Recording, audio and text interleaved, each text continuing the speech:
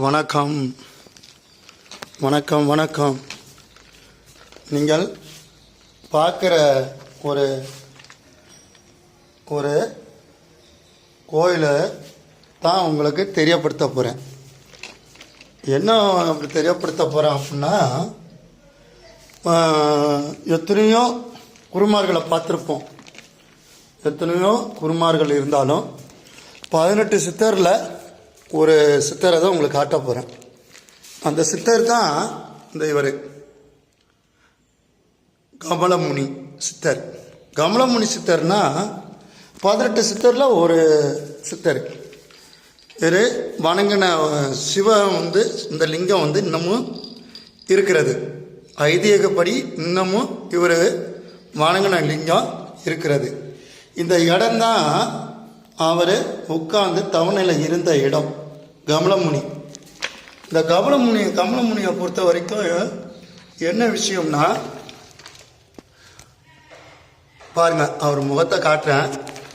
இந்த கமலமுனியை பொறுத்த வரைக்கும் சித்தர்கள், முனிவர்கள், ரிஷிகள், மகான்கள் அவங்களோட தோண்டிய ஒரு வழியை காட்டி தான் இந்த கோயில்கள். கடவுள்னால எப்படி சொல்கிறது, கடவுள்னால கட்ட முடியாது, சித்தர்கள் முனிவர்னால தான் கட்டப்படும். இதுதான் அவர் வணங்கின ஒரு லிங்கம், கமலமுனி பூஜை பண்ண லிங்கம், ஒரு ஐதீகம். அதனால் இந்த லிங்கத்தை பார்க்கணும்னா திருவாரூர் தியாகராஜ பெருமான் கோவிலில் தான் இந்த கமலமுனி சீவ சமாதி இருக்கிறது. யார் எங்கே இருந்தாலும் திருவாரூருக்கு வந்தாலே நீங்கள் இவரை பார்க்கலாம். கமலமுனியை பார்க்கணும்னா நம்ம திருவாரூர் கோயிலுக்குள்ளே தான் இருக்குது.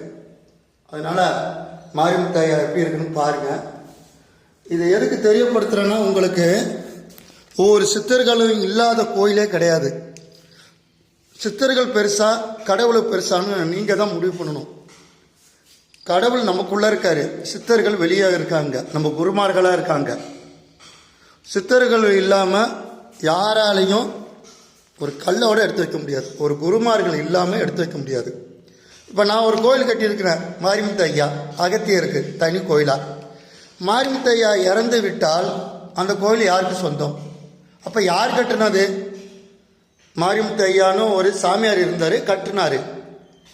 அவர் இறந்து விட்டார். இது எல்லோரும் வழிபடலாம் அப்படின்னு தான் வரும். கடவுள் கட்டலை.